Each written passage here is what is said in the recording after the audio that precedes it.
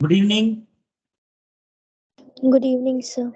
Good evening. Evening sir. Good evening. एक second ना, start करते हैं।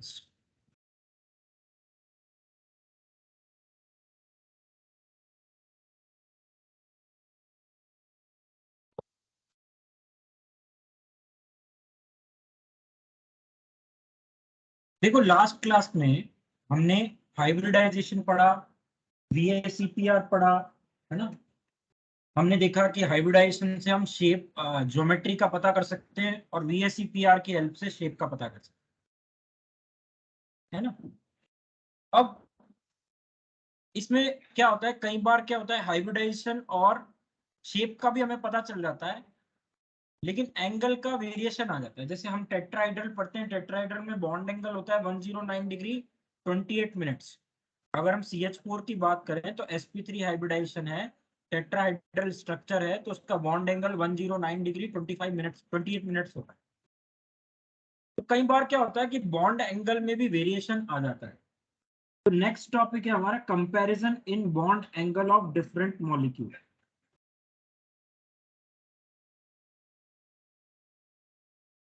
अगर आपको डिफरेंट मॉलिक्यूल के बॉन्ड एंगल में कंपैरिजन करना हो तो कैसे कंपैरिजन?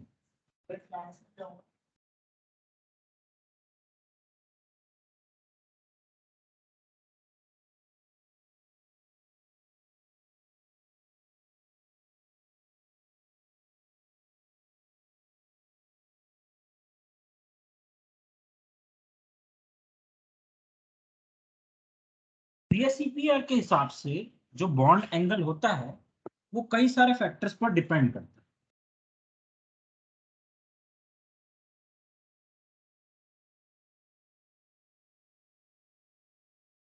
बॉन्ड एंगल जो होता है वो डिपेंड करता है कई सारे फैक्टर्स।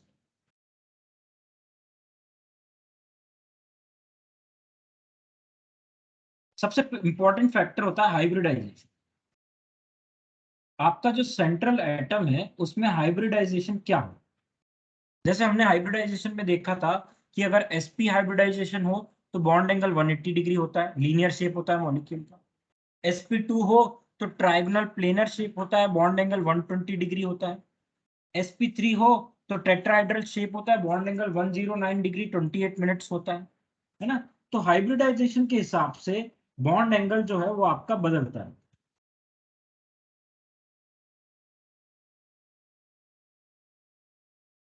वन 109.5 डिग्री होता है या 109.20 डिग्री 28 मिनट्स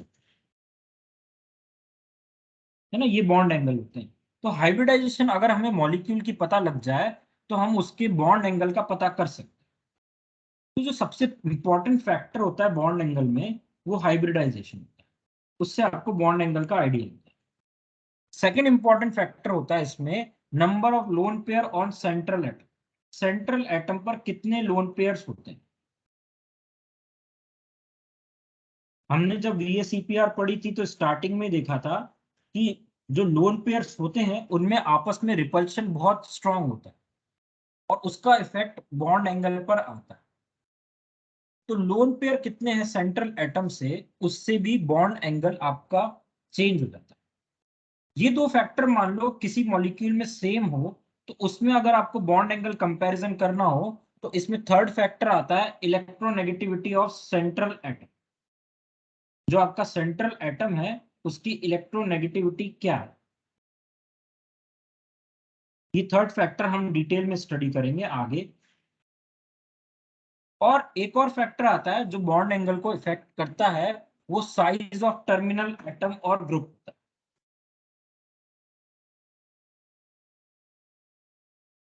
जो टर्मिनल एटम सेंट्रल एटम से जुड़े होते हैं या जो ग्रुप जुड़े होते हैं उनके साइज पर बॉन्ड एंगल में चेंज आता है।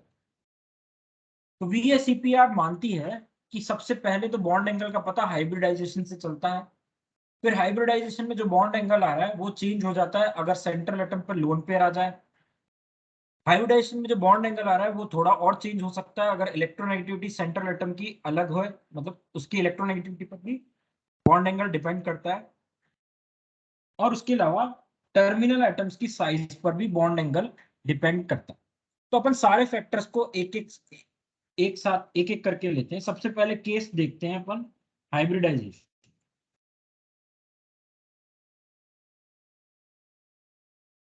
एक्चुअली इस पर क्वेश्चन आता है, आपको पूछा जाएगा इनमें से किस मॉलिक्यूल में बॉन्ड एंगल सबसे ज्यादा हो, इस तरीके का क्वेश्चन है। तो ऐसे क्वेश्चन को कैसे कर सकते हैं हम सॉल्व, वो हम देख रहे हैं। तो सबसे पहले आपको क्या करना है, मॉलिक्यूल की हाइब्रिडाइजेशन चेक करना है। जिस मॉलिक्यूल में आप बॉन्ड एंगल कंपैरिजन कर रहे हो उसकी हाइब्रिडाइजेशन चेक करना है। जैसे मान लीजिए उन्होंने बोला कि BeCl2 में BCl3 में और CCl4 में बॉन्ड एंगल कंपैरिजन करो।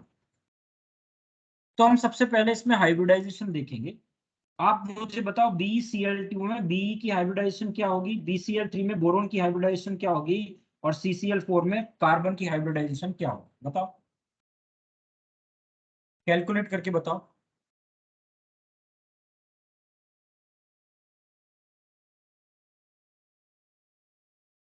BeCl2 में बेरिलियम की हाइब्रिडाइजेशन क्या होगी? Sir sp। sp होगी। चलो चेक करते हैं। बेरिलियम का वैलेंस इलेक्ट्रॉन होते हैं बेरिलियम के पास 2, और इसके साथ 2 क्लोरीन जुड़े हुए हैं अपॉन 2, यानी 4/2, यानी कि 2। और 2 कब होती है, जब sp हाइब्रिडाइजेशन, बिल्कुल सही, ये sp हाइब्रिडाइजेशन। BCl3 में बोरोन की हाइब्रिडाइजेशन क्या होगी? Sir sp2। sp2, very good.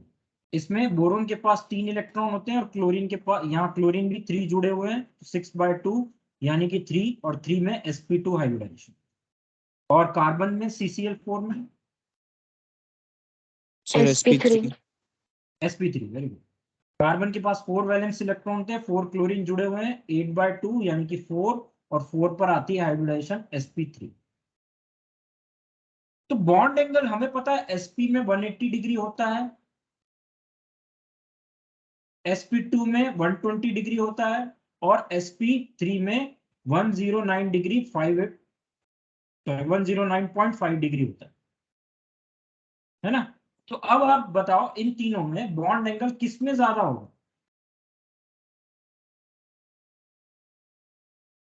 जिसकी sp हाइब्रिडाइजेशन होगी,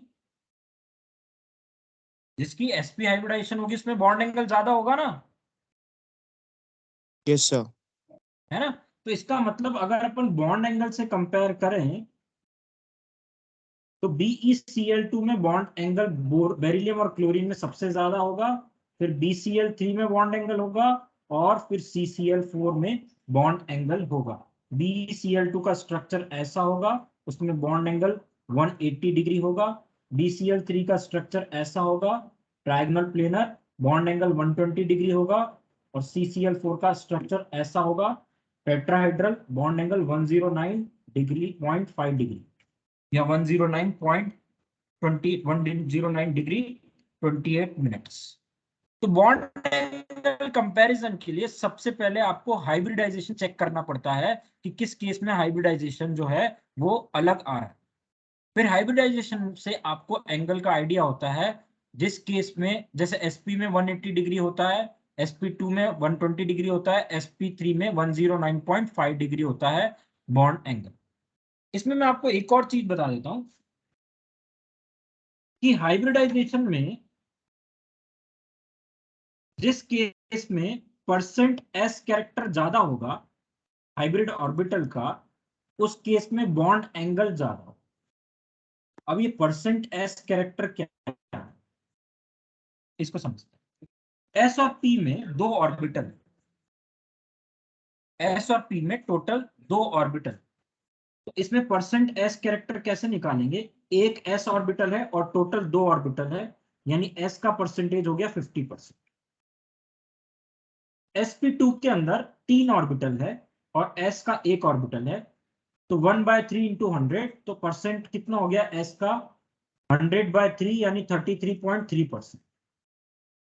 sp3 में 4 ऑर्बिटल है टोटल, s का एक ऑर्बिटल है, तो s का परसेंटेज कितना हो गया, इसमें s का परसेंटेज हो गया 25%। sp3d में टोटल 5 ऑर्बिटल है और s अकेला है, एक ऑर्बिटल है s का, तो इसमें s का परसेंटेज कितना हो गया 20%। तो जैसे जैसे परसेंट s कैरेक्टर बढ़ता है आपका बॉन्ड एंगल बढ़ता जाता है, इसलिए sp में बॉन्ड एंगल 180 डिग्री आता है, sp2 में 120, sp3 में 109.5 डिग्री। अगर आप sp3d देखोगे तो उसमें 90 भी होता है और 120 भी होता है। sp3d ऑर्बिटल कैसे अरेंज होते हैं, ऐसे अरेंज होते हैं ना, ये 90 भी होता है और 120 भी। ठीक है, तो परसेंट एस कैरेक्टर जितना ज्यादा होगा उसमें बॉन्ड एंगल उतना कम होता जाएगा। ठीक है, ये बात क्लियर है पॉइंट इसमें। अगर मैं आपसे पूछूं NO3 माइनस NO2 और NH4 प्लस में बॉन्ड एंगल किस में ज्यादा हो?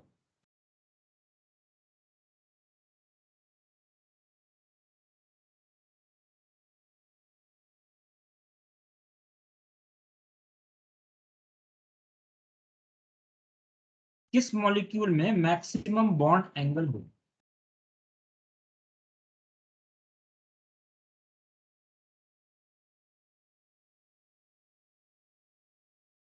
बताओ इसमें आंसर क्या होगा।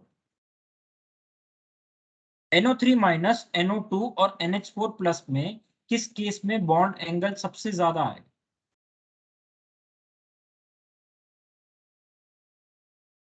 बता सकते हो? हाइब्रिडाइजेशन चेक करो इनका, इनका हाइब्रिडाइजेशन चेक करो आप पहले।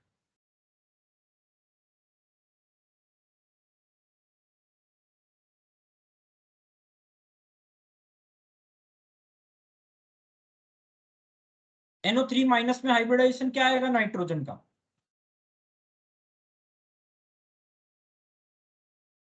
sp3d sp3 आ रहा है, sp2 sp2 आ रहा है, अलग अलग आ रहा है, चलो चेक करते हैं। NO3 माइनस में अगर हम नाइट्रोजन का हाइब्रिडाइजेशन देखें तो इसके वैलेंस इलेक्ट्रॉन, ऑक्सीजन को हम काउंट नहीं करते, +1 इलेक्ट्रॉन, यानी कि 6/2 3, यानी कि इसकी हाइब्रिडाइजेशन है sp2। अगर हम सिंपल NO2 को देखें तो इसमें इसके पास वैलेंस इलेक्ट्रॉन 5/2 -0/2, यानी कि 2.5। 2.5 का मतलब ये एक ऑड इलेक्ट्रॉन स्पीशीज है, और 2.5 को हम ऑलमोस्ट 3 लेंगे और इसकी हाइब्रिडाइजेशन होगी sp2। NH4 प्लस को अगर अपन देखें तो हाइब्रिडाइजेशन होगी 5 इलेक्ट्रॉन नाइट्रोजन के पास है, हाइड्रोजन को हम काउंट करते हैं 4 हाइड्रोजन -1, क्योंकि प्लस चार्ज है /2, यानी 8/2/4। इसमें 4 का मतलब 4 हाइब्रिड ऑर्बिटल चाहिए, तो इसकी हाइब्रिडाइजेशन sp3। तो दो केस आपके sp2 के हैं और एक केस आपका sp3 का। sp2 में बॉन्ड एंगल होता है 120 डिग्री और sp3 में बॉन्ड एंगल होता है 109.5 डिग्री। तो इसमें तो बॉन्ड एंगल कम ही होगा, NH4 प्लस में तो कम ही होगा, सबसे कम होगा। अब हमें डाउट है इन दोनों, हमें किस पर डाउट है? इन दोनों पर डाउट है कि इसमें sp2 हाइब्रिडाइजेशन दोनों की है तो किस केस में बॉन्ड एंगल कम होगा। तो अब हम यहाँ सेकंड फैक्टर ले लेते हैं, number of lone pair central atom पर जिस केस में ज्यादा होगा, अगर हाइब्रिडाइजेशन सेम हुआ,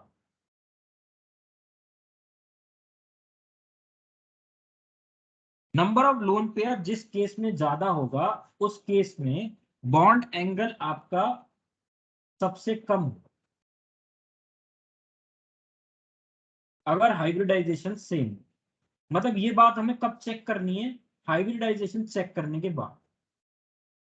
अगर हाइब्रिडाइजेशन सेम हुआ तो जिस केस में लोन पेयर सेंट्रल एटम पर ज्यादा होंगे उस केस में आपका बॉन्ड एंगल जो होगा वो डिक्रीज कर जाए। तो NO3 माइनस में sp2 हाइब्रिडाइजेशन है, क्या NO3 माइनस पर कोई लोन पेयर है? no sir वेरी गुड, बिल्कुल नहीं। NO3 माइनस पर कोई लोन पेयर नहीं है। क्यों? क्योंकि sp2 हाइब्रिडाइजेशन का मतलब क्या है, 3 हाइब्रिड ऑर्बिटल बनेंगे और 3 हाइब्रिड ऑर्बिटल बनेंगे तो तीनों 3 ऑक्सीजन से जुड़ जाएंगे। तो इसका स्टेरिक नंबर क्या आएगा, स्टेरिक नंबर इसके बॉन्ड पेयर 3 होंगे और लोन पेयर 0 होंगे, तब इसका टोटल 3 आएगा। बॉन्ड पेयर 3 क्यों है, क्योंकि 3 ऑक्सीजन जुड़े हुए हैं इसलिए 3 बॉन्ड पेयर है, और लोन पेयर इसमें नहीं है, तभी तो इसका स्टेरिक नंबर 3 आ रहा है ना। sp2 हाइब्रिडाइजेशन का मतलब क्या है, 3 sp2 hybrid orbital.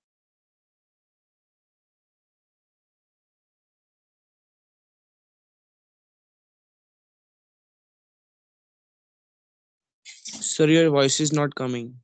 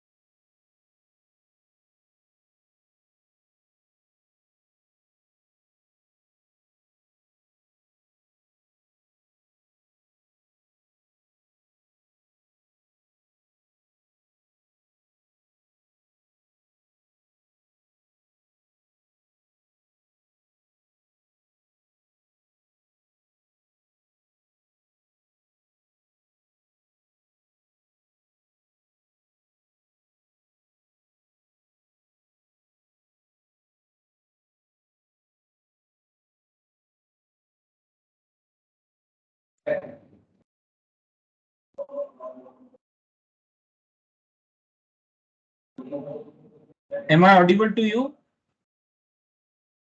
Yes, sir. मेरी आवाज आ रही है, आ रही है ना आवाज? ठीक है। Yes, sir. तो हमने यहाँ क्या देखा, देखो जब भी sp2 हाइब्रिडाइजेशन होगा 3 हाइब्रिड ऑर्बिटल बनेंगे, तीनों हाइब्रिड ऑर्बिटल ऑक्सीजन के साथ बॉन्ड बना लेंगे, यानी कि लोन पेयर के लिए कोई हाइब्रिड ऑर्बिटल है ही नहीं, तो इसका मतलब इसके पास कोई लोन पेयर नहीं।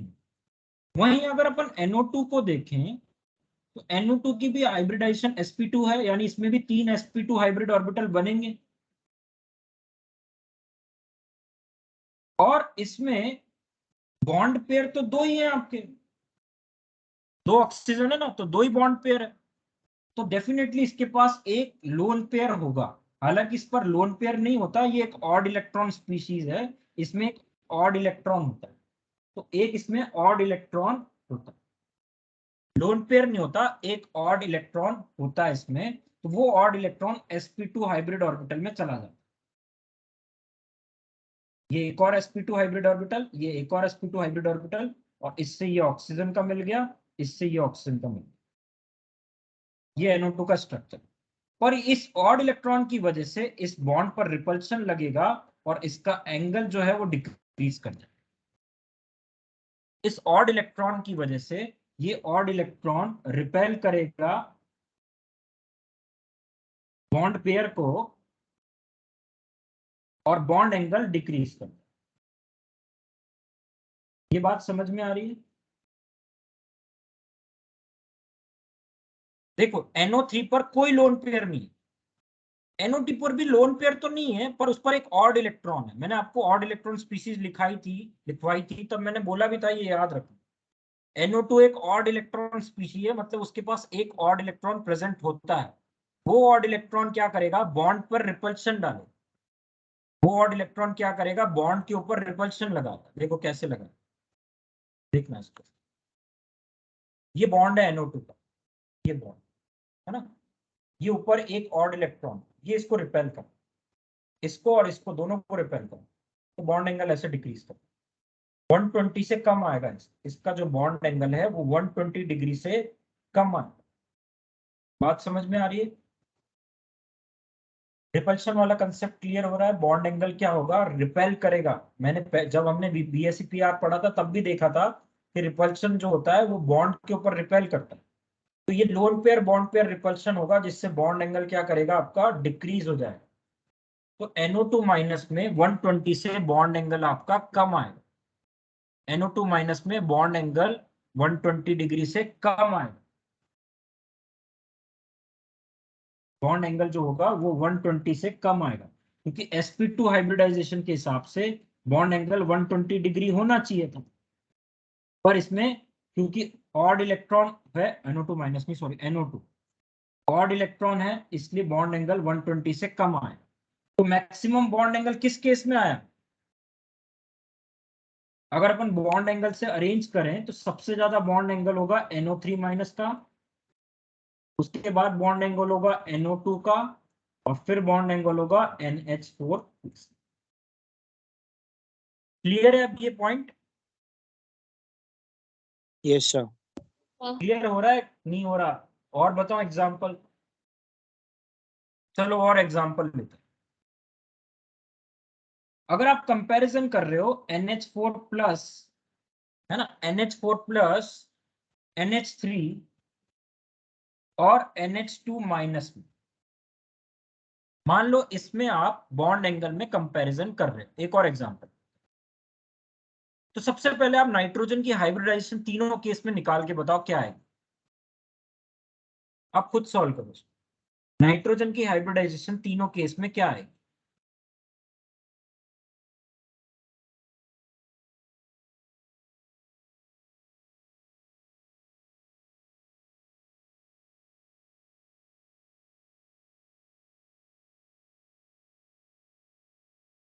बेटा Sir, बॉन्डिंग में ऐसे ही क्वेश्चन आएंगे नीट के अंदर। होगी 3.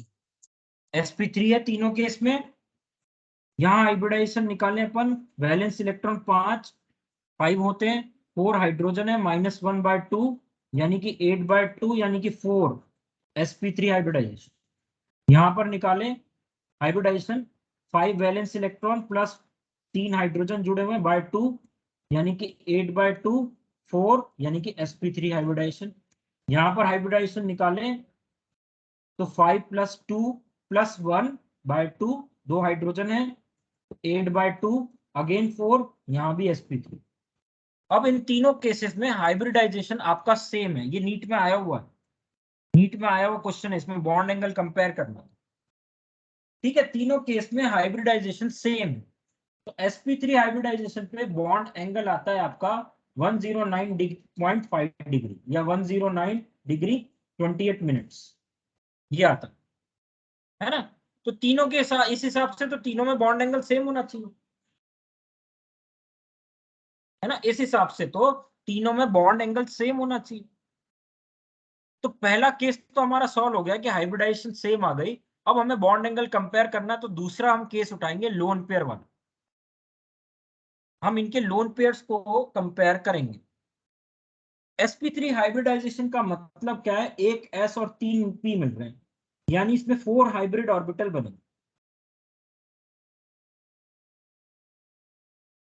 और हाइड्रोजन कितने हैं? NH4 प्लस में 4 है, तो 4 हाइड्रोजन है, यानी कि 4 के 4 बॉन्डिंग में पार्टिसिपेट कर लेंगे, बॉन्ड पेयर 4 बनेंगे। 4 हाइड्रोजन 4 sp3 हाइब्रिड ऑर्बिटल से ज्वाइन हो जाएंगे, बॉन्ड पेयर 4 होंगे। तो इसमें लोन पेयर कितने होंगे? NH4 प्लस में 0 होंगे ना, तभी तो इसका टोटल 4 आएगा।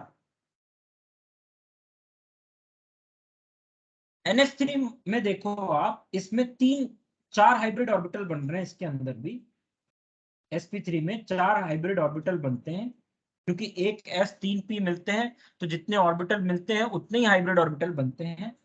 अब इसमें कितने हाइड्रोजन जुड़े हुए हैं? 3 जुड़े हुए हैं, तो 3 बॉन्ड पेयर बनाएंगे, और टोटल 4 करना है आपको स्टेरिक नंबर, तो एक लोन पेयर होगा इसके पास, होगा या नहीं होगा? Yes, Yes. sir. है ना। NH2 में अगर अपन देखें, NH2 में आप बताओ कितने लोन पेयर होंगे? 2. 2. 2 होंगे, वेरी गुड। 2 बॉन्ड पेयर है इसमें, क्योंकि 2 हाइड्रोजन है, और डेफिनेटली 2 लोन पेयर होंगे, तभी टोटल इसका 4 है, स्टेरिक नंबर 4 आएगा। तो लोन पेयर सबसे ज्यादा किसके पास है? NH2 माइनस के पास है। और मैंने आपको बताया कि अगर हाइब्रिडाइजेशन सेम हो, लोन पेयर बढ़ेगा तो बॉन्ड एंगल कम हो जाए। तो इसमें सबसे कम बॉन्ड एंगल किसका होगा? NH2 minus. NH2 माइनस का NH2 सबसे कम बॉन्ड एंगल होगा। फिर किसका होगा? NH3 NH NH3 का होगा, उसके पास एक लोन पेयर है, फिर होगा आपका NH4 प्लस। तो ये इसका ऑर्डर आएगा बॉन्ड एंगल।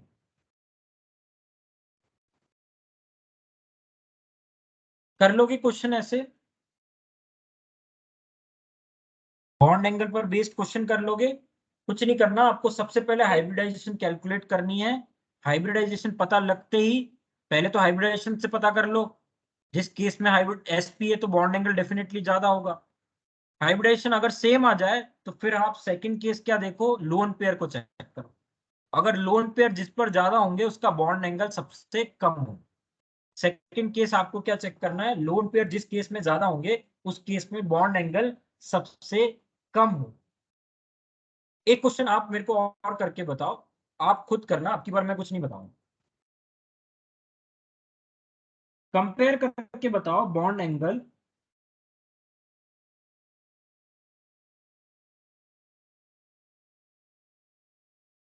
CH4 का, NH3 का और H2। बताओ, आप सॉल्व करके बताओ, सबसे कम किसका होगा, उससे ज्यादा किसका होगा और उससे ज्यादा किसका होगा?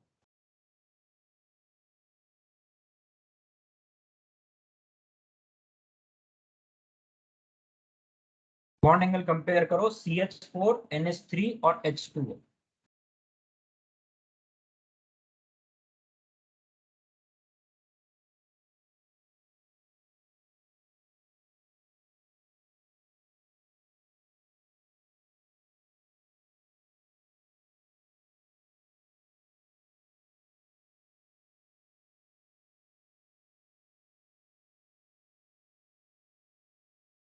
Sir done.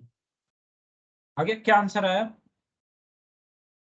सर CH4 का सबसे ज्यादा बॉन्ड एंगल होगा, देन NH3 का, फिर H2 होगा। वेरी गुड, बिल्कुल सही, एकदम सही है। अगर अपन तीनों की हाइब्रिडाइजेशन चेक करें, सबसे पहले हमें चेक क्या करना पड़ेगा, हाइब्रिडाइजेशन चेक। CH4 में हाइब्रिडाइजेशन चेक करें कार्बन की तो आएगी 4 valence electron plus 4 hydrogen bye 2, यानी 8/2, यानी कि 4 स्टेरिक नंबर। 4 स्टेरिक नंबर पर sp।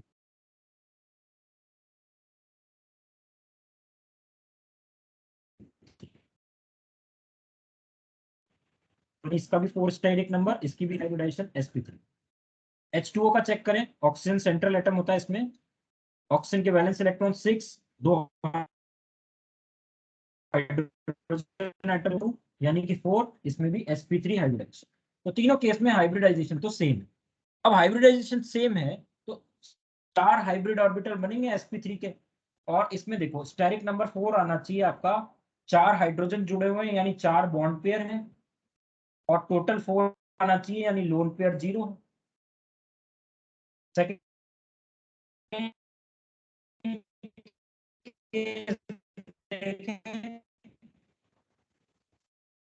तीन हाइड्रोजन यानी 3 बॉन्ड 4 आना चाहिए, यानी अगर इसका थर्ड केस देखें, 2 हाइड्रोजन जुड़े हुए हैं यानी 2 बॉन्ड पेयर है, सही वॉइस इज और जिसमें लोन पेयर का बॉन्ड एंगल कम। हाँ बेटा, क्या कह रहे हो?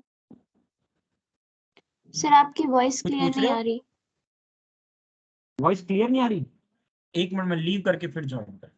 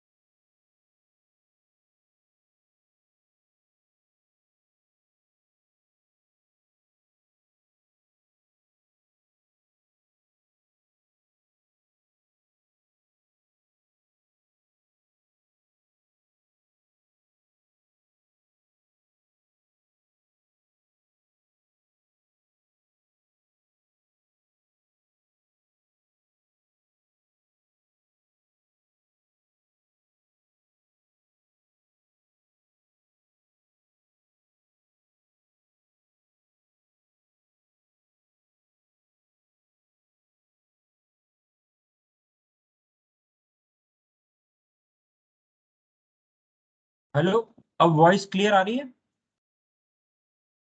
Yes sir. है ना? यस चलो सर। इसमें आगे देखते हैं। तो ये हमने देखा कि इस केस में स्टेरिक नंबर 4 था। यहाँ पर 4 बॉन्ड पेयर थे, 0 लोन पेयर है। यहाँ पर 3 बॉन्ड पेयर है, 1 लोन पेयर है। यहाँ पर 2 बॉन्ड पेयर, 2 लोन पेयर।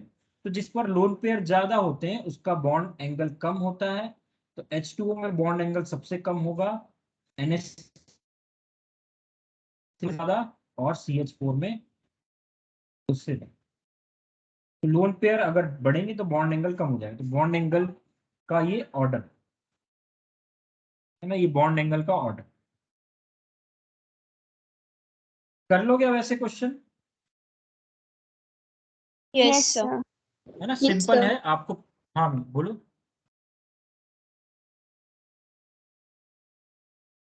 हाँ, क्या पूछ रहे थे?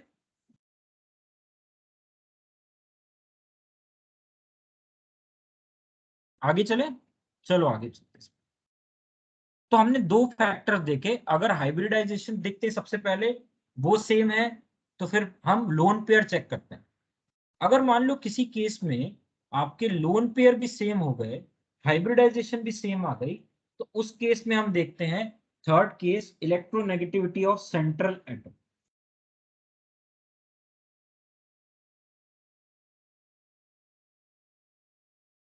सेंट्रल एटम की इलेक्ट्रोनेगेटिविटी, सेंट्रल एटम की इलेक्ट्रोनेगेटिविटी जैसे जैसे बढ़ती है, बॉन्ड एंगल वैसे वैसे बढ़ता जाता है। क्यों बढ़ता जाता है? मान लो ये सेंट्रल एटम है एक्स और इसकी इलेक्ट्रोनेगेटिविटी हाई। इलेक्ट्रोनेगेटिविटी हाई होने का मतलब क्या है कि ये जो बॉन्ड के इलेक्ट्रॉन्स है इनको अपनी तरफ खींचेगा। अगर ये इलेक्ट्रॉन्स को अपनी तरफ ज्यादा खींचेगा तब इस पर पार्शियल नेगेटिव चार्ज आएगा। तो क्या होगा, इन इलेक्ट्रॉन्स में रिपल्शन होगा जिससे ये बॉन्ड दूर हो जाए और इसका बॉन्ड एंगल जो है वो बढ़े।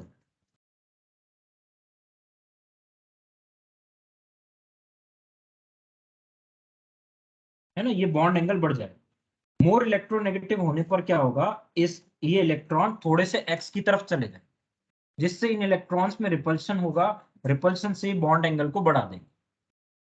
अगर मान लो ये केस हम तब चेक करते हैं जब हाइब्रिडाइजेशन भी सेम आ जाए और आपका लोन पेयर भी सेम आ जाए। उस केस में हम इस तरीके से चेकिंग करते हैं कि जिस केस में इलेक्ट्रोनेगेटिविटी ज्यादा होगी उस केस में सेंट्रल एटम की बॉन्ड एंगल भी ज्यादा होगा। क्योंकि वो इसलिए होता है क्योंकि जब इलेक्ट्रोनेगेटिविटी ज्यादा हो तो वो क्या करता है, इलेक्ट्रॉन क्लाउड को अपनी तरफ ज्यादा खींच ले। ऐसे केस में उस क्लाउड में रिपल्शन होता है और उससे एंगल जो है उसका बढ़ जाता है। रिपल्शन की वजह से एंगल बढ़ जाता है। रिपल्शन क्यों बढ़ा? क्योंकि एक्स की इलेक्ट्रोनेगेटिविटी ज्यादा है तो उसने क्लाउड को अपनी तरफ खींच लिया। इसका एग्जाम्पल H3 और AsH3 में देखते हैं। इन तीनों केसेस में अगर आप देखोगे इनकी हाइब्रिडाइजेशन, तो तीनों की हाइब्रिडाइजेशन जो है sp3 है। अगर आप चेक करोगे तो इसकी हाइब्रिडाइजेशन भी sp3 होगी, इसकी भी sp3 होगी और इसकी भी sp3। इसमें बॉन्ड पेयर इसमें भी 3 है, लोन पेयर इसमें भी 1 है।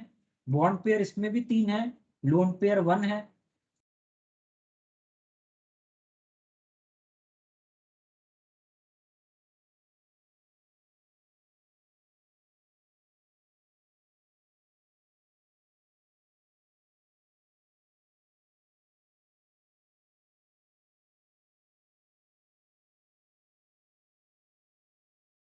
Sir, your voice is not coming.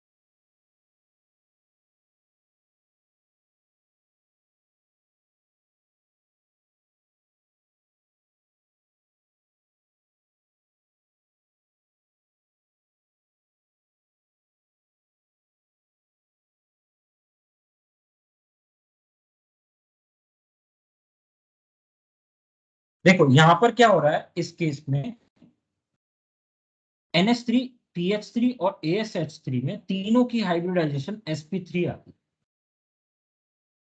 तीनों के पास बॉन्ड पेयर भी 3 है, लोन पेयर भी 1, क्योंकि 3 हाइड्रोजन जुड़े हुए हैं तो 3 बॉन्ड पेयर है और एक एक लोन पेयर तीनों पर है, तभी टोटल इसका स्टेरिक नंबर 4 आएगा और sp3 हाइब्रिडाइजेशन आएगा। अब होता क्या है ऐसे केस में जहां पर हाइब्रिडाइजेशन और लोन पेयर सेम आ जाते हैं तो हम इलेक्ट्रोनेगेटिविटी देखते हैं सेंट्रल एटम।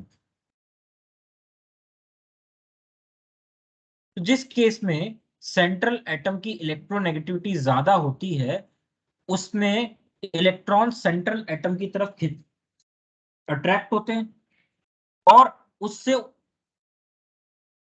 उन इलेक्ट्रॉन्स में रिपल्शन आता है।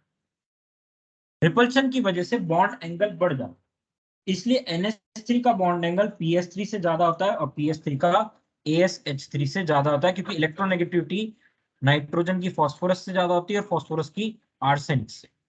क्लियर है ये पॉइंट? यस ये वाला सर। पार्ट क्लियर है?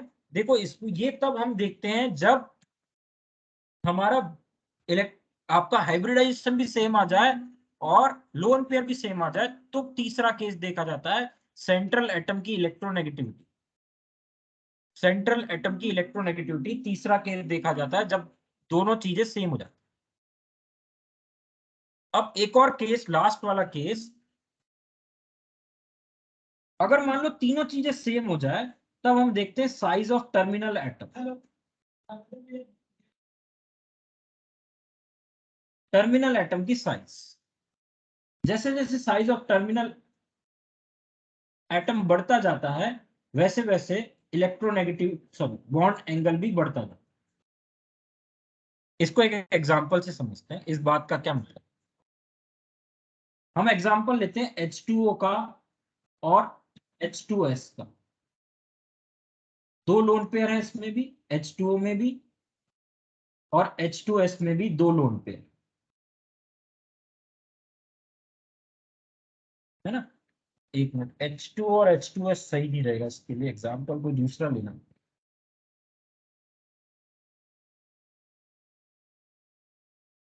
H2O और OF2 का एग्जांपल।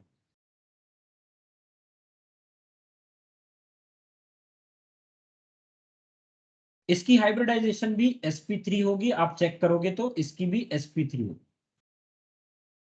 इसमें भी ऑक्सीजन ऑक्सीजन सेम है, लोन पेयर भी दो लोन पेयर है यहां पर भी दो लोन पेयर, और इलेक्ट्रोनेगेटिविटी का डिफरेंस तो अपन देख ही नहीं सकते, दोनों में ऑक्सीजन है। तो अब डिफरेंस किसका देखते हैं, टर्मिनल एटम की साइज का। टर्मिनल एटम की साइज जितनी बड़ी होगी उतना ज्यादा बॉन्ड एंगल आएगा। रीजन बताओ। अगर टर्मिनल एटम्स की साइज बड़ी होगी तो मान लो ये सेंट्रल एटम है, ये टर्मिनल एटम्स, अगर साइज बड़ी हो गई तो बड़ी साइज में ये क्या एक दूसरे से दूर जाने की कोशिश करेंगे। टर्मिनल एटम्स की अगर साइज बड़ी हो गई तो बड़े एटम्स एक दूसरे से दूर जाने की कोशिश करेंगे, अगर वो पास रहेंगे तो उनमें थोड़ा सा रिपल्शन आएगा, थोड़ा सा वो दूर जाने की कोशिश करेंगे।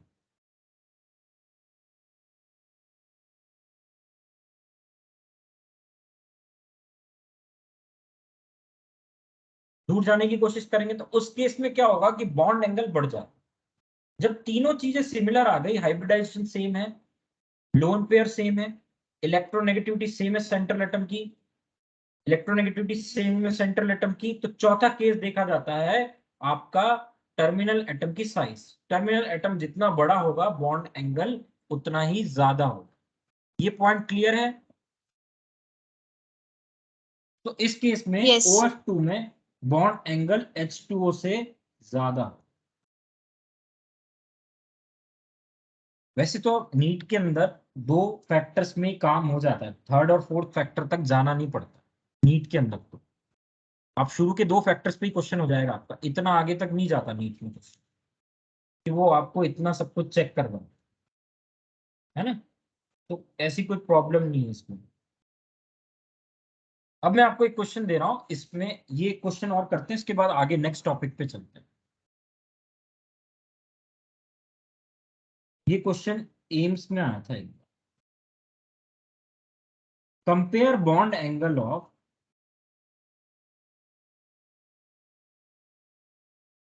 NO2 NO2 माइनस और NO2 प्लस। NO2 माइनस और NO2 प्लस का बॉन्ड एंगल कंपेयर करो। एम्स में जाने शायद नीट में आया था, पता नहीं एग्जैक्ट ध्यान में। NO2 माइनस और NO2 प्लस में बॉन्ड एंगल कंपेयर करो।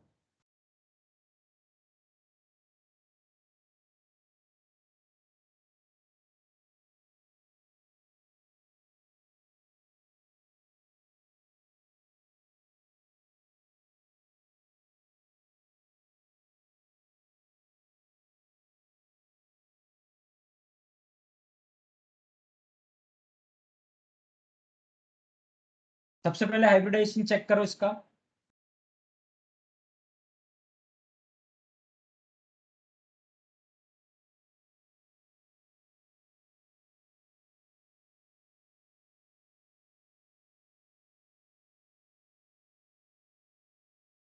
हाइब्रिडाइजेशन चेक करो सबसे पहले, क्या सेम है कि तीनों में हाइब्रिडेशन, कि अलग आ रहा है? No sir, not same. अलग आ रहा है? Yes, sir. But तो फिर आप 3 बताओ किस केस में बॉन्ड एंगल ज्यादा होगा?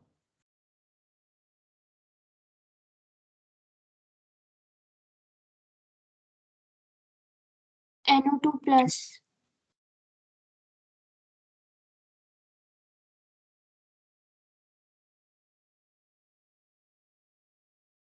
आया किसी का आंसर, किस केस में बॉन्ड एंगल ज्यादा होगा? so NO2 NO2 positive. किसी का भी नहीं आया?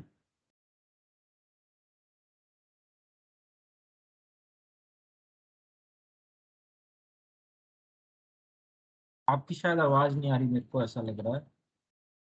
एक मिनट, मैं आपको इसको करके बताता हूँ, आप चेक कर लेना आपने सही किया है कि नहीं किया। आपकी शायद आवाज नहीं आ रही मुझे, एक सेकंड। देखो, हम सबसे पहले इनकी हाइब्रिडाइजेशन निकालेंगे। अगर हम NO2 की हाइब्रिडाइजेशन निकालें तो ये आती है 5 + 0/2 यानी कि 2.5, जो मैंने आपको बताया था ऑलमोस्ट 3 लेते हैं हम। sp2 है, इसमें एक ऑड इलेक्ट्रॉन होता है। NO2 माइनस की निकालें तो ये आएगी 5 + 0 + 1/2, ये तो 3 ही आएगी, तो sp2 हाइब्रिडाइजेशन।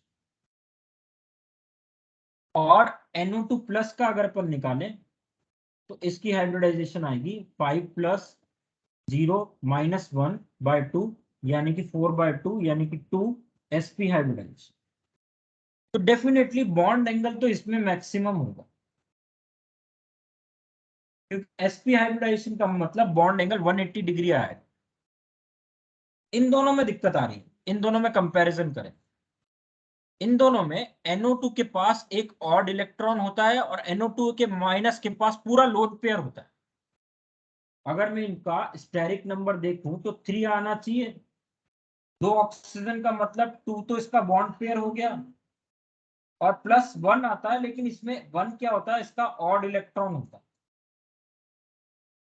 और इसके स्टेरिक नंबर में 2 इसमें भी बॉन्ड पेयर है और 1 पूरा का पूरा लोन पेयर होता है। तो जिस पर पूरा लोन पेयर है उस पर रिपल्शन ज्यादा होगा। NO2 के अंदर तो ऑड इलेक्ट्रॉन मतलब एक अकेला इलेक्ट्रॉन है, NO2 माइनस में 2 इलेक्ट्रॉन है, मतलब इसका स्ट्रक्चर ऐसा होगा, N के ऊपर एक अकेला इलेक्ट्रॉन है और इधर इधर ऑक्सीजन जुड़ा हुआ है ना, NO2 के केस में। और NO2 माइनस में एक पूरा लोन पेयर है और इधर ऑक्सीजन जुड़ा हुआ। तो पूरा लोन पेयर ज्यादा रिपल्शन क्रिएट करेगा, जिससे बॉन्ड एंगल डिक्रीज कर जाए। तो सबसे कम बॉन्ड एंगल होगा इसमें NO2 माइनस का, फिर होगा NO का 2 का, और फिर होगा NO2 प्लस का सबसे ज्यादा। क्लियर है इसमें? Yes, sir. ये पॉइंट क्लियर है इसमें? Yes, sir. है ना? NO2 का और NO2 माइनस में NO2 माइनस पर पूरा लोन पेयर होता है, जबकि NO2 में ऑड इलेक्ट्रॉन मतलब अकेला इलेक्ट्रॉन होता है, लोन पेयर नहीं होता, अकेला होता है। अकेला कितना रिपल्शन लगा ले, पेयर ज्यादा रिपल्शन लगाएगा, पेयर ज्यादा रिपल्शन लगाएगा तो ज्यादा एंगल को डिक्रीज करेगा, इसलिए NO2 माइनस का बॉन्ड एंगल कम होता है NO2 से। और NO2 प्लस का तो मैक्सिमम होना ही, इसकी हाइब्रिडाइजेशन sp है, sp मतलब बॉन्ड एंगल 180 डिग्री तक जाएगा, तो वो तो मैक्सिमम होना ही है। क्लियर है? ऐसे क्वेश्चन आएंगे, कर लोगे? Yes, sir. Yes sir. Module में बहुत सारे क्वेश्चन हैं इस तरीके के, बॉन्ड एंगल पे बहुत क्वेश्चन आते हैं, आप ट्राई करना, उनको हो जाएंगे, आराम से हो जाएंगे। तो हमने अब तक काफी सारी थ्योरीज पढ़ी। हमने सबसे पहले ऑक्टेट रूल पढ़ा, ऑक्टेट रूल के बाद हमने वीबीटी देखा, वीबीटी फेल हुआ, हमने हाइब्रिडाइजेशन पढ़ा, हाइब्रिडाइजेशन के बाद हमने वीएसईपीआर थ्योरी पढ़ी, वीएसईपीआर थ्योरी के बाद एक नई थ्योरी और हमें डेवलप करनी पड़ी, उसका एक रीजन था, उस थ्योरी को बनाने का एक रीजन। बीएसईपीआर के बाद हमें एक नई थ्योरी डेवलप करनी पड़ी और उसे डेवलप करने का एक रीजन था, रीजन था ऑक्सीजन। इस नई थ्योरी का नाम था मॉलिक्यूलर ऑर्बिटल थ्योरी, एमओटी।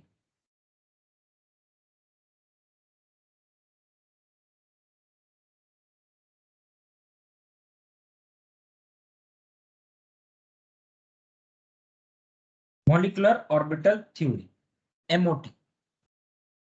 ये थ्योरी बनाई गई थी ऑक्सीजन की एक प्रॉपर्टी को एक्सप्लेन करने के। वीबीटी के हिसाब से, वैलेंस बॉन्ड थ्योरी के हिसाब से, ऑक्सीजन जो है वो पैरामैग्नेटिक होना चाहिए, पैरामैग्नेटिक सॉरी डायमैग्नेटिक होना चाहिए। ऑक्सीजन जो है वो डायमैग्नेटिक होना चाहिए वीबीटी के हिसाब से। डायमैग्नेटिक का मतलब क्या है? डायमैग्नेटिक का मतलब है, अगर मान लीजिए आपने लिक्विड ऑक्सीजन लिया और उसे मैग्नेटिक फील्ड में रखा, तो वो जो लिक्विड ऑक्सीजन आप गिराओगे ऊपर से, मान लो ऐसे ड्रॉप आप गिरा रहे हो लिक्विड ऑक्सीजन की, तो वो क्या करेगा? मैग्नेटिक फील्ड में रिपेल करे। डायमैग्नेटिक का मतलब क्या होता है? मान लीजिए लिक्विड ऑक्सीजन लिया बीकर में और ऐसे मैग्नेट लगाते, तो वो रिपेल करता है, जो मैग्नेट, वो जो लिक्विड है वो इस तरफ जाए। पैरामैग्नेटिक का मतलब है वो लिक्विड अट्रैक्ट हो रहा है मैग्नेट की तरफ, है ना? तो पैरामैग्नेटिक डायमैग्नेटिक दो प्रॉपर्टी होती है। डायमैग्नेटिक में इलेक्ट्रॉन, जो डायमैग्नेटिक होता है वो मैग्नेटिक फील्ड में रिपेल करता है, डायमैग्नेटिक मैग्नेटिक फील्ड में रिपेल करता है, पैरामैग्नेटिक अट्रैक्ट होता है ना? तो यहां पर ऑक्सीजन जो है डायमैग्नेटिक होना चाहिए वीबीटी के हिसाब से। डायमैग्नेटिक क्यों होना चाहिए? क्योंकि वीबीटी तो ये कह रही है कि ऑक्सीजन जो है उसमें एक सिग्मा बॉन्ड बनता है, एक पाई बॉन्ड बनता है और दो दो लोन पेयर होते हैं, इसमें कोई ऑड इलेक्ट्रॉन नहीं, इस वजह से ये डायमैग्नेटिक होना चाहिए।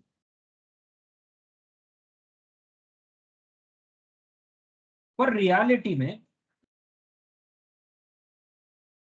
ये पैरामैग्नेटिक होता है, मतलब ये इलेक्ट्रिक मैग्नेटिक फील्ड में अट्रैक्ट होता है।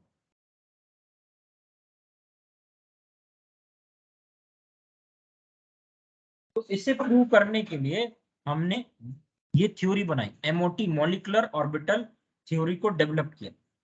ऑक्सीजन के पैरामैग्नेटिक नेचर को एक्सप्लेन करने के लिए हमने उस एक नई थ्योरी बनाई जिसे कहते हैं मॉलिक्यूलर ऑर्बिटल थ्योरी, तो इनको समझाएगी कि एक्चुअल में केमिकल बॉन्ड बन कैसे रहा है। हमने वीबीटी देखा, वीबीटी में ऑर्बिटल्स के बेस पर हमने बॉन्डिंग कराई थी कि ऑर्बिटल्स ओवरलैप कर रहे थे, बॉन्ड बन रहा था, ओवरलैपिंग से हमने बॉन्ड बनाया। बाद में उसमें प्रॉब्लम आई कि CH4 के अंदर PX वाला और PY वाला अगर ओवरलैप करेंगे तो बॉन्ड एंगल 90 डिग्री आना चाहिए, तो उसे प्रूव करने के लिए हाइब्रिडाइजेशन लेके आए। हाइब्रिडाइजेशन ने हाइब्रिड ऑर्बिटल के ओरिएंटेशन को समझाया कि हाइब्रिड ऑर्बिटल्स बनते हैं और ओरिएंट हो जाते हैं उस डायरेक्शन में जहां पर उनमें कम से कम रिपल्शन लगे। तो बॉन्ड एंगल 109.5 को प्रूव कर दिया था CH4 के उसमें हाइब्रिड ऑर्बिटल्स में। लेकिन हाइब्रिडाइजेशन शेप को नहीं समझा पा रही थी कि मॉलिक्यूल की ज्योमेट्री तो टेट्राहेड्रल आनी चाहिए, पर कई मॉलिक्यूल्स में टेट्राहेड्रल ज्योमेट्री होते हुए भी शेप जो है उनका अलग आता था। तो उसके लिए हम VSCPR लेके आए। VSCPR ने शेप को एक्सप्लेन किया कि शेप क्यों आता है इस वजह से। अब VSCPR सबने सब कुछ एक्सप्लेन कर दिया, लेकिन अब प्रॉब्लम आ गई ऑक्सीजन के केस में कि VBT या VSCPR के हिसाब से ऑक्सीजन जो है वो पैरामैग्नेटिक नहीं होना चाहिए, डायमैग्नेटिक होना चाहिए। डायमैग्नेटिक का मतलब अगर मैं लिक्विड ऑक्सीजन बनाऊं और उसे मैग्नेट के सामने रखूं तो वो रिपेल करना चाहिए, वो लिक्विड रिपेल करे, पर वो लिक्विड तो अट्रैक्ट करता है, पैरामैग्नेटिक नेचर में होता है। तो पैरामैग्नेटिक नेचर तो हम VBT से एक्सप्लेन ही नहीं कर पा रहे। तो हमने एक नई थ्योरी बनाई, मॉलिक्यूलर ऑर्बिटल थ्योरी, जो हमें ये समझाएगी कि मॉलिक्यूल्स आखिर बनते कैसे और ऑक्सीजन आपका पैरामैग्नेटिक कैसे होता है। इस बात को ये नई थ्योरी एक्सप्लेन करेगी, मॉलिक्यूलर ऑर्बिटल थ्योरी, है ना। अब ये थ्योरी क्या है, बहुत ध्यान से सुनना इस थ्योरी को ध्यान से इसलिए सुनना क्योंकि बहुत कॉम्प्लिकेटेड थ्योरी है, इजीली थोड़ी सी दिक्कत आती है इसमें समझ में। देखो, मॉलिक्यूलर ऑर्बिटल थ्योरी क्या कहती है। मान लीजिए ये हाइड्रोजन एटम, इसके पास इसका 1s ऑर्बिटल होता है ना, जिसमें एक इलेक्ट्रॉन होता है। ये एक और हाइड्रोजन एटम के पास आ रहा है बॉन्ड बना,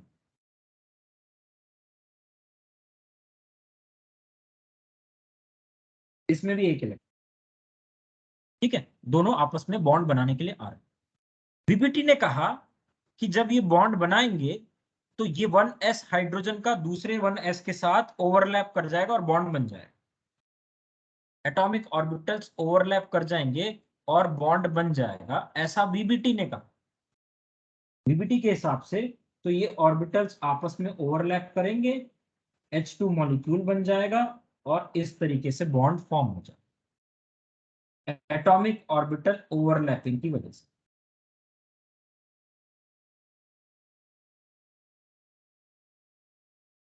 ये बात किसने कही, VBT ने।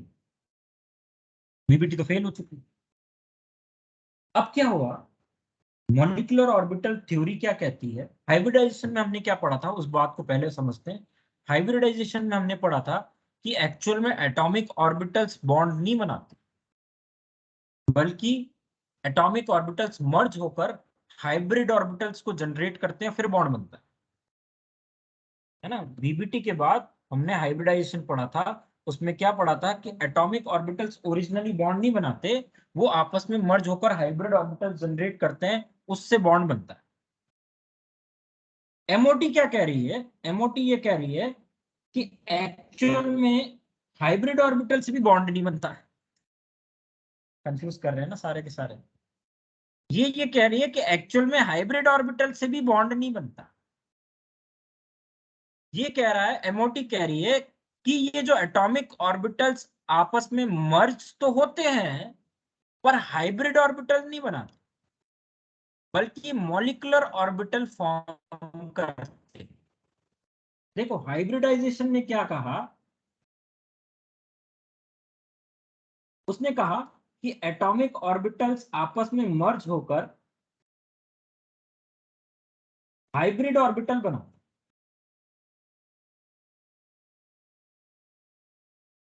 ये हाइब्रिडाइजेशन ने कहा। MOT क्या कह रही है, MOT कह रही है कि एटॉमिक ऑर्बिटल्स मर्ज तो होते हैं और ये तो सिंगल एटम के होते हैं, एक ही एटम के अंदर हो रहा होता है हाइब्रिडाइजेशन में, इसमें ये डिफरेंट एटम्स में होता है। MOT ये कह रही है कि एटॉमिक ऑर्बिटल्स मर्ज तो होते हैं, लेकिन वो एटॉमिक ऑर्बिटल डिफरेंट एटम्स के होते हैं और वो मर्ज होकर मॉलिक्यूलर ऑर्बिटल बनाते हैं। अब इसको डिटेल में पढ़ेंगे, मैं सिर्फ आपको डिफरेंस समझा रहा हूं, थ्योरीज में डिफरेंस क्या है। हाइब्रिडाइजेशन में हम क्या करते थे, सिंगल एटम के जो ऑर्बिटल्स होते थे उन्हें मर्ज कर देते थे। हाइब्रिडाइजेशन में हम क्या करते थे, सिंगल एटम के ऑर्बिटल्स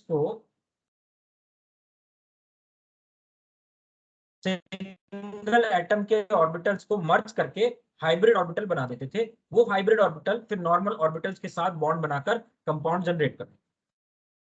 मॉलिक्यूलर ऑर्बिटल थ्योरी क्या कह रही है कि ऑर्बिटल्स जो होते हैं वो मर्ज होते हैं डिफरेंट एटम्स के, और वो मॉलिक्यूलर ऑर्बिटल जनरेट करते।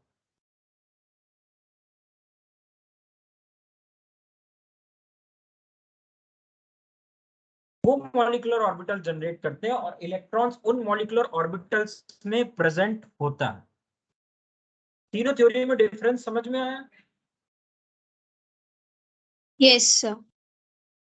हम एमओटी को और डिटेल में पढ़ेंगे, बट डिफरेंस समझो आप। हाइब्रिडाइजेशन में सबसे पहले वीबीटी में क्या हुआ था, उन्होंने कहा कि ऑर्बिटल ऑर्बिटल ओवरलैप करते बॉन्ड बन जाता है। क्लोरीन का पी ऑर्बिटल इस क्लोरीन के पी ऑर्बिटल से मर्ज करेगा, Cl2 मॉलिक्यूल बना देगा, बॉन्ड बन जाता है। वीबीटी ने ये कहा। बाद में वीबीटी में प्रॉब्लम आई तो हम हाइब्रिडाइजेशन लेके आए। हाइब्रिडाइजेशन में हमने कहा कि सेंट्रल एटम के जो ऑर्बिटल्स होते हैं वो मर्ज होते हैं, हाइब्रिड ऑर्बिटल जनरेट करते हैं और वो बॉन्ड बनाते हैं, है ना। हाइब्रिड ऑर्बिटल जनरेट करते हैं और वो बॉन्ड बनाते हैं। अब हम कह रहे हैं एमओटी के अंदर कि हाइब्रिड ऑर्बिटल नहीं बनते। ऑर्बिटल्स जो हैं वो पहले मर्ज होते हैं, बॉन्ड बनाने से पहले वो आपस में मर्ज होकर डिफरेंट एटम्स के ऑर्बिटल, सेम एटम के नहीं, डिफरेंट एटम्स के ऑर्बिटल मर्ज होते हैं। मर्ज होने पर बॉन्ड बनाने से पहले वो मॉलिक्यूलर ऑर्बिटल बना लेते हैं, फिर बॉन्ड बनता है। कहानी समझ में आ रही है? तीनों में डिफरेंस क्या है? तीनों में डिफरेंस समझ में आ रहा Yes, है? sir. VBT Yes, sir. Yes. और एमओटी, ये डिफरेंस होता है। वीबीटी में, हाइब्रिडाइजेशन में सेंट्रल एटम के ऑर्बिटल्स मर्ज होकर हाइब्रिड ऑर्बिटल बनाते हैं, वो बॉन्ड बनाते हैं। और एमओटी में ऑर्बिटल्स मर्ज होकर मॉलिक्यूलर ऑर्बिटल बनाते हैं, उससे बॉन्ड बनता है। ये तीनों में डिफरेंस। तो एमओटी के बारे में हम और डिटेल में नेक्स्ट क्लास में पढ़ेंगे कि इसमें कैसे ऑर्बिटल्स मर्ज होकर मॉलिक्यूलर ऑर्बिटल जनरेट करते हैं और उन मॉलिक्यूलर ऑर्बिटल से फाइनली बॉन्ड बनता है। क्लियर? Yes, sir. इंटरेस्टिंग है ना Yes, Yes, चैप्टर? sir. एक थ्योरी पे कहानी टिकती ही नहीं है, अलग अलग थ्योरी आती जाती है ना। अलग अलग थ्योरी है, ये लास्ट थ्योरी, इसके बाद नहीं आएगी। बॉन्डिंग की लास्ट थ्योरी बस, इसके बाद थ्योरीज नहीं आएगी। ठीक है, तो अब हम नेक्स्ट लास्ट थ्योरी पढ़ने जा रहे हैं, एमओटी, मॉलिक्यूलर ऑर्बिटल थ्योरी। तो इसके आगे हम नेक्स्ट क्लास में कंटिन्यू करते हैं। ठीक है, चलो चलो, ओके देन, नेक्स्ट क्लास में sir. Thank continue. you, sir. Thank you, sir. Welcome बेटा, वेलकम।